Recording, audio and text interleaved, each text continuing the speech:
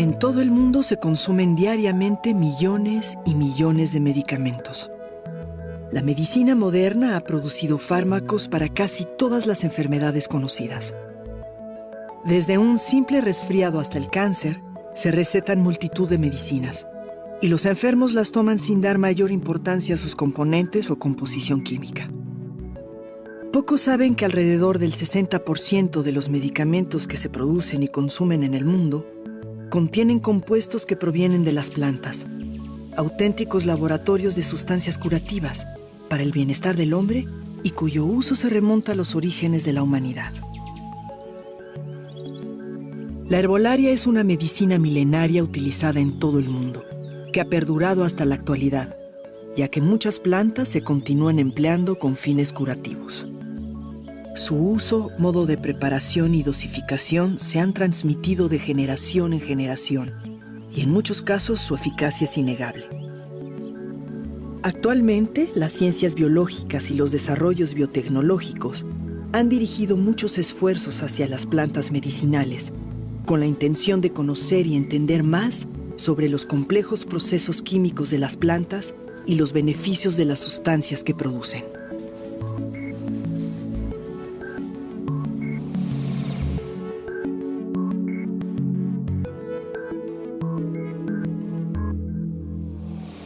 De acuerdo con los registros del herbario de plantas medicinales del Instituto Mexicano del Seguro Social, que dicho sea de paso, es el herbario más importante no solo de México, sino de toda Latinoamérica, especializado en el tema de plantas medicinales, son cerca de 6,000 diferentes especies de plantas medicinales que se utilizan en toda la República Mexicana para tratar diferentes problemas de salud. De estas, las más utilizadas son alrededor de 250. México ocupa un lugar muy importante a nivel mundial en el uso de plantas medicinales. Hay estadísticas que ponen el país como el cuarto en megadiversidad de plantas y también hay una gran tradición del uso de estas plantas que viene desde, por supuesto, del uso por parte de las comunidades indígenas. Cada vez en diferentes regiones se exploran y se encuentran nuevos usos de otras plantas medicinales. Sin embargo, a nivel nacional, pues podemos mencionar algunas que podemos encontrar en todos los mercados. Por ejemplo, puede ser el cuachalate, que se utiliza para tratar gastritis, problemas gastrointestinales, úlcera gástrica, es la más utilizada. Y en orden de importancia están, por ejemplo, el epazote, que se utiliza para tratar lombrices y para matar otros parásitos.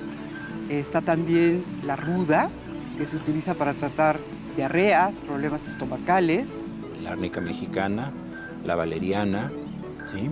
El gordolobo, las hojas y flores de cítricos o de flores de naranjo, que son utilizadas pues, de una manera muy extensa. Desde luego la manzanilla, que es una de las plantas que utilizamos tanto para problemas digestivos como para problemas oftálmicos. El muicle, para tratar llagas, golpes. El cirián, que es una planta nativa del estado de Morelos y que se utiliza mucho también en el tratamiento de problemas de enfermedades del sistema respiratorio, como bronquitis, pulmonías, gripes y demás. La tila, que se utiliza para tratar problemas de ansiedad, es un sedante muy poderoso. Y el pericón, que se utiliza también para problemas menstruales, problemas de parto, y es muy incorporado en los temazcales.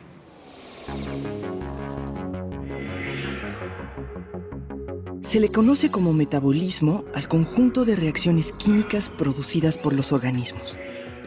En este proceso se sintetizan moléculas llamadas metabolitos. Los metabolitos primarios se producen en todos los seres vivos y en general constan de azúcares, proteínas, nucleótidos o lípidos. Lo que hace especiales a las plantas es la elaboración de otros compuestos llamados metabolitos secundarios, entre los que se encuentran alcaloides, glucósidos, compuestos fenólicos y terpenos. Entre estos metabolitos secundarios se encuentran compuestos que son útiles al hombre, como pigmentos, saborizantes, perfumes y fármacos. Las plantas no se mueven, por lo que tienen una estrategia evolutiva de defensa muy eficiente, que es la elaboración de miles de metabolitos secundarios que les permiten combatir las adversidades del exterior, como pueden ser plagas o variaciones en el medio ambiente, produciendo estos compuestos. Se ha considerado que las plantas en conjunto pueden sintetizar hasta 300.000 diferentes metabolitos secundarios, no todos al mismo tiempo, sino cuando son requeridos. Las plantas son auténticos laboratorios químicos naturales y algunos de estos metabolitos secundarios son las sustancias que se extraen para su uso médico.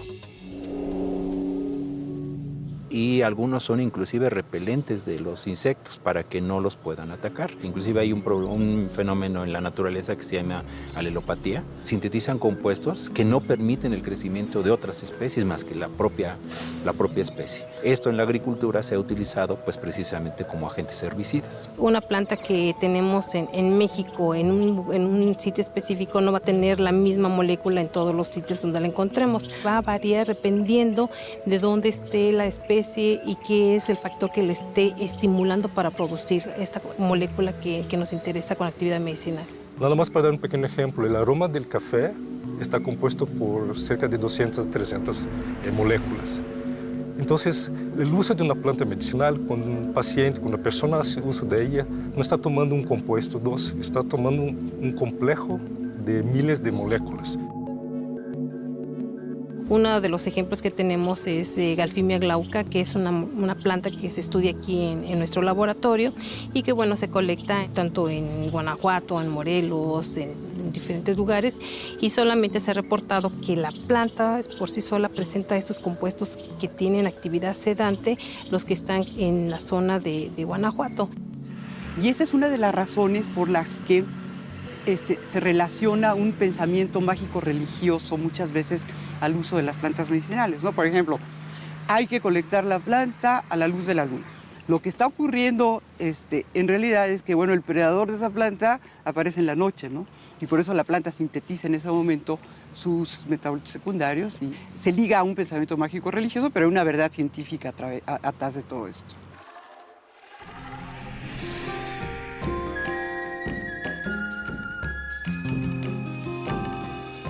El maíz fue la planta más importante en la religión de los pueblos prehispánicos.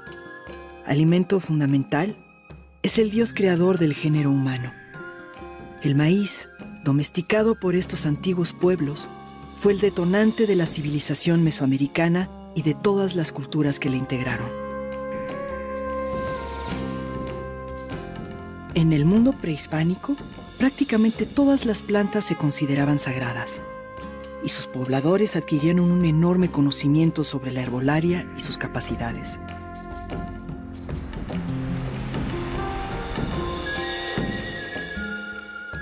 En la América precolombina, el uso de la herbolaria medicinal tenemos registros de 3.500 años, ¿no? Y en México, por supuesto, que las plantas se utilizaban desde antes de la llegada de los españoles, ¿no? Muchas de las plantas que encontraron los europeos a la llegada a nuestro país les dieron nombres de plantas que usaban en Europa, con las mismas usos, pero no necesariamente las mismas plantas. Por ejemplo, hay árnica mexicana y árnica europea.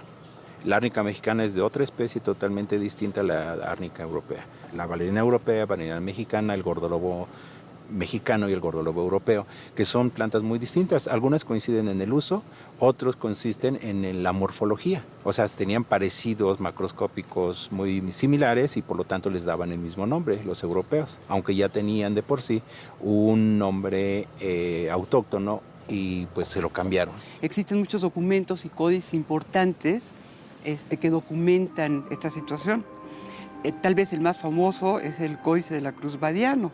Este códice fue escrito en 1553 en náhuatl por un médico náhuatl, Martín de la Cruz, y luego fue traducido al latín por Juan Badiano. En donde se registraron alrededor de 200 plantas en las que se describen su uso, forma de preparación y para el tratamiento que están prescritas. Este libro pues, se considera el primer libro de farmacología americano con las plantas mexicanas. El primer vademecum mexicano, porque además de ilustrar en forma muy bella las plantas de la época, también nos da recetas, ¿no?, de cómo emplearlas, los ingredientes que tienen las plantas, las cantidades que se deben utilizar, etc. Cuando uno inicia el interés de estudiar una planta, debemos de recurrir a las zonas indígenas, a las poblaciones donde las han utilizado, para qué las utilizan, hacer todo un estudio de para qué y cómo las han utilizado.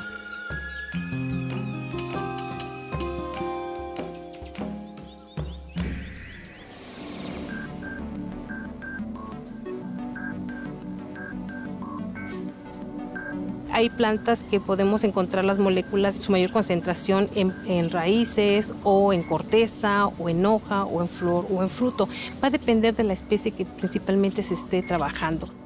Por ejemplo, en la corteza de un árbol, que es el Taxus brevifolia, se encuentra un diterpeno muy potente que se llama taxol, ¿verdad?, que es uno de los antineoplásicos de elección que se utiliza actualmente para tratar diferentes tipos de cánceres, ¿no? La salicina, de la cual después se derivó el ácido acetilsalicílico, que comercialmente se conoce como aspirina, se obtuvo de la corteza del árbol de sauce. Las raíces, por ejemplo, los gingenócidos del ginseng, que son inmunoestimulantes, se obtienen a partir de las raíces. De las flores también se obtienen compuestos activos, como por ejemplo el caso de la manzanilla, ¿sí? De las hojas de las plantas se obtienen miles de compuestos activos. Por poner un ejemplo, esta planta que se llama la hierba de San Juan, el nombre común de la planta, y es una sustancia antidepresiva. Cuando se hace la recolección y se hace una recolección exhaustiva de esa planta puede entrar en riesgo de extinción, porque la raíz es una parte noble. Es diferente, por ejemplo, de plantas en que se utilizan las hojas, por ejemplo. Entonces se recolectan las hojas, pero la planta sobrevive. Entonces hay estrategias de producción, ¿no?, de metabolitos in vitro, justamente de esas plantas que están en peligro de extinción o que sean plantas que tienen un ciclo vegetativo que se tarda mucho tiempo. El cultivo in vitro es una herramienta que se está trabajando ya desde hace mucho tiempo en nuestro laboratorio. Nosotros lo que tratamos de hacer es incrementar la producción de las moléculas que nos interesan, que tienen actividades farmacológicas. Cultivar células, tejidos y órganos de las plantas en condiciones de laboratorio, donde podemos controlar principalmente temperatura, fotoperiodo, humedad. Podemos tener una planta completa o podemos tener parte de ellas. Podemos tener hojas, podemos tener raíces o podemos tener solamente células, que les llamamos cultivos desdiferenciados. Y estos cultivos son muy útiles porque se pueden escalar a volúmenes mayores utilizando reactores, ¿no? Entonces, en ese sentido, en el laboratorio podemos cultivar diferentes partes de las plantas con la intención de producir los compuestos activos que produce la planta natural, la planta silvestre. Las diferencias entre un fármaco de síntesis y un fármaco de origen natural son precisamente, de entrada, su origen. Los productos o los compuestos de origen natural pueden ser producidos por un microorganismo, pueden ser producidos por una planta, por un hongo, por cualquier órgano viviente. En cambio, los compuestos de síntesis pues, son elaborados en laboratorios y son hechos por la mano del hombre, en la cual se combinan varias sustancias más simples para formar los fármacos. pero vale la pena destacar que muchos de los productos de síntesis se inspiraron o son modificaciones químicas de los productos que existen en la naturaleza y juntos pues suman más del 60% de los principios activos que se utilizan para los medicamentos tienen su origen en los productos naturales. Y una tercera plataforma de preparación de estos medicamentos de plantas surgió hace aproximadamente un poco más de 3 décadas y son los llamados fitofármacos. Los fitofármacos no son compuestos puros, están fabricadas con extractos o fracciones activas de las plantas, ¿no?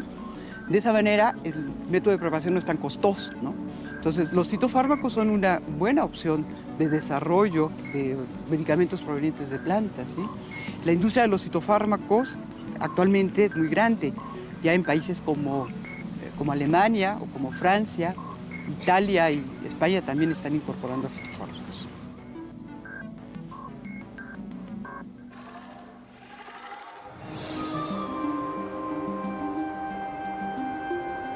La Organización Mundial de la Salud calcula que en los países en desarrollo, un 80% de la atención médica básica se reconoce en el uso de plantas medicinales y hace énfasis en el estudio y aplicación tanto de plantas como de métodos tradicionales para el mejoramiento en la atención de la salud.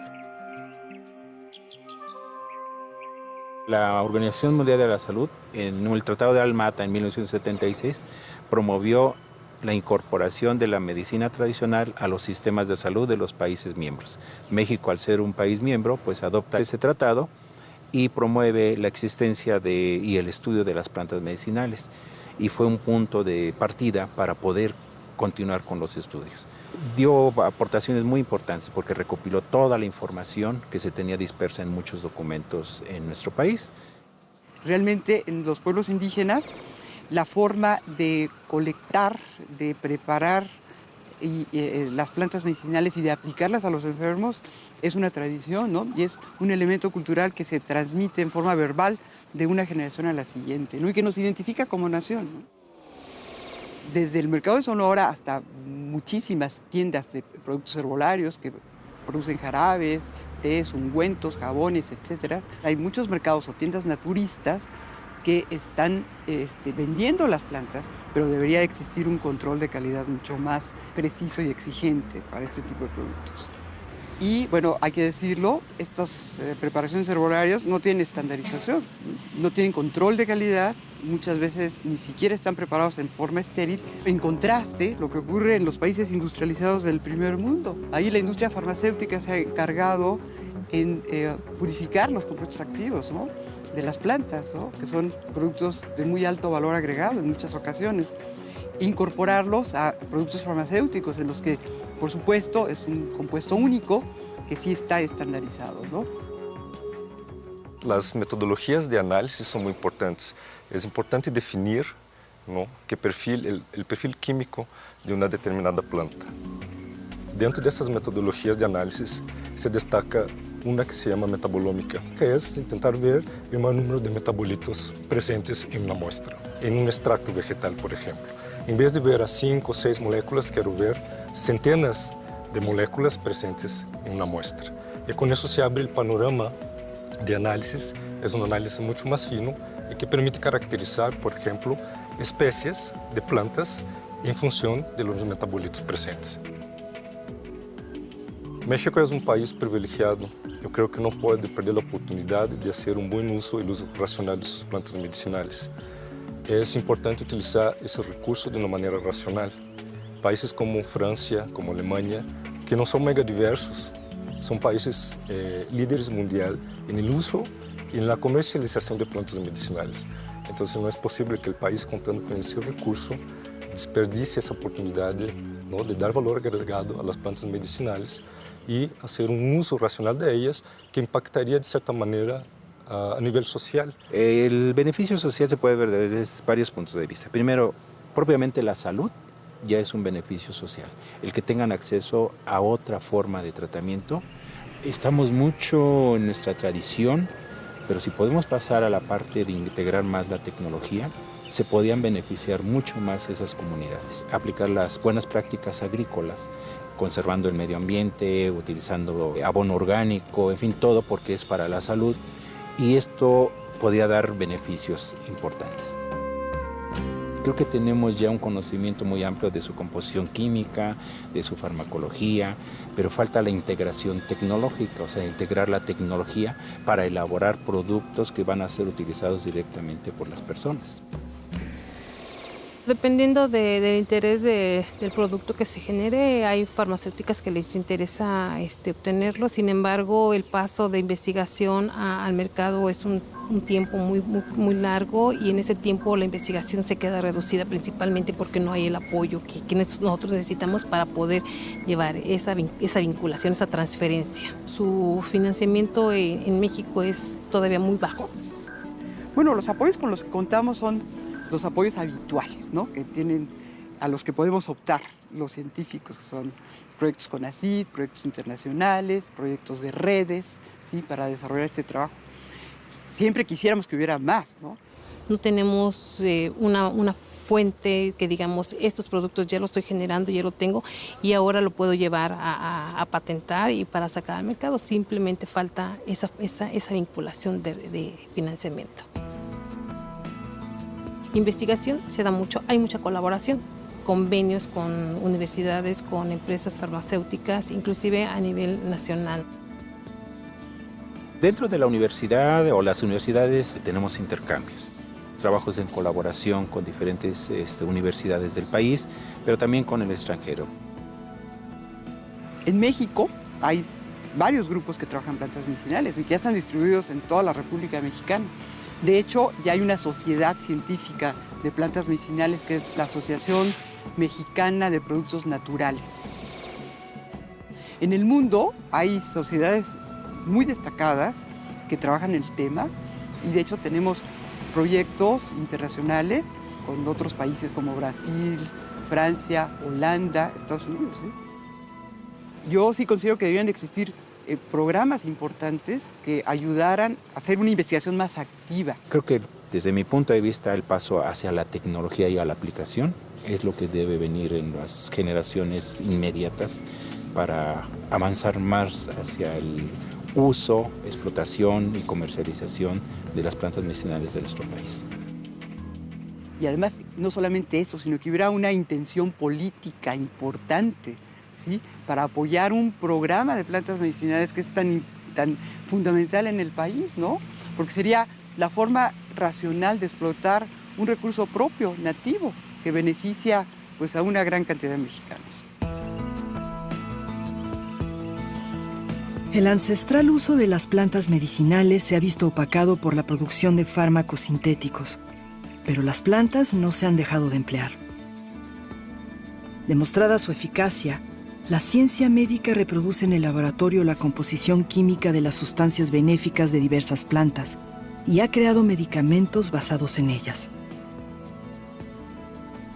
Es importante propiciar más su conocimiento, uso y explotación racional bajo la mirada y supervisión científicas, además de trabajar con las comunidades para preservar y aprovechar los conocimientos que han perdurado a lo largo de generaciones.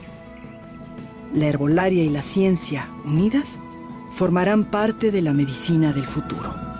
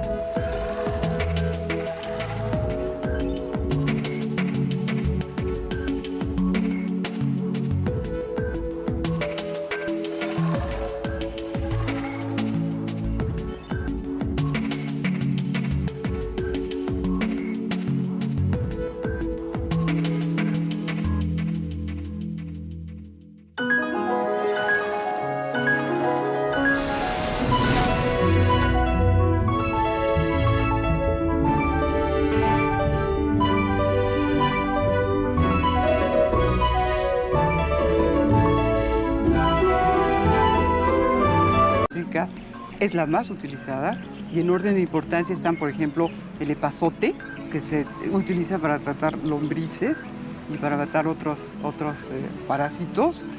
Está también la ruda, que se utiliza para tratar diarreas, problemas estomacales. La árnica mexicana, la valeriana, ¿sí? El gordolobo, las hojas y flores de cítricos o de flores de naranjo, que son utilizadas pues, de una manera muy extensa.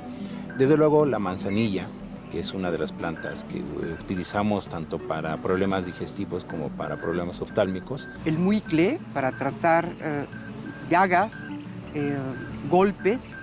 El cirián, que es una planta nativa del estado de Morelos y que se utiliza mucho también en el tratamiento de problemas de enfermedades del sistema respiratorio, como bronquitis, pulmonías.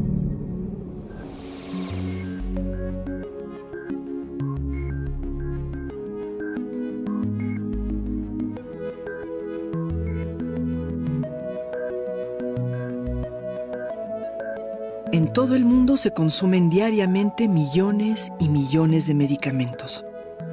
La medicina moderna ha producido fármacos para casi todas las enfermedades conocidas.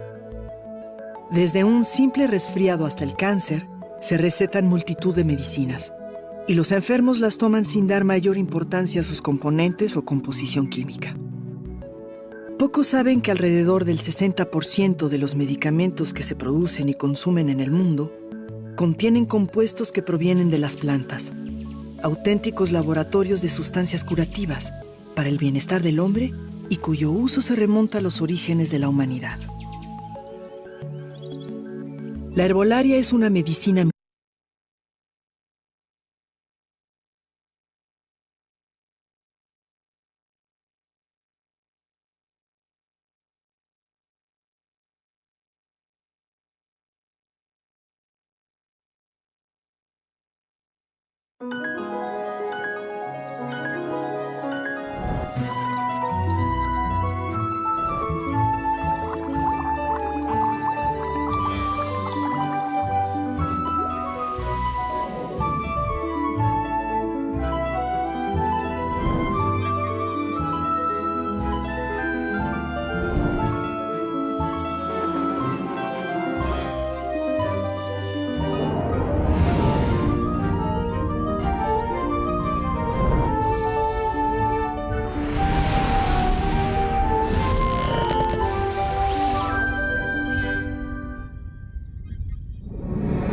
milenaria utilizada en todo el mundo, que ha perdurado hasta la actualidad, ya que muchas plantas se continúan empleando con fines curativos.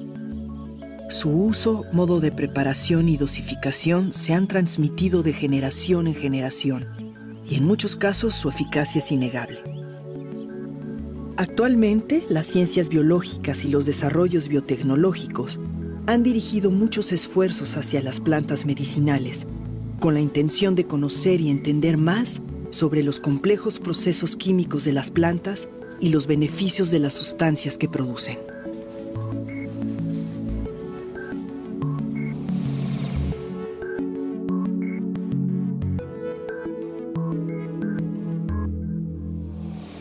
De acuerdo con los registros del herbario de plantas medicinales del Instituto Mexicano del Seguro Social, que dicho sea de paso, es el herbario más importante no solo de México, sino de toda Latinoamérica, especializado en el tema de plantas medicinales.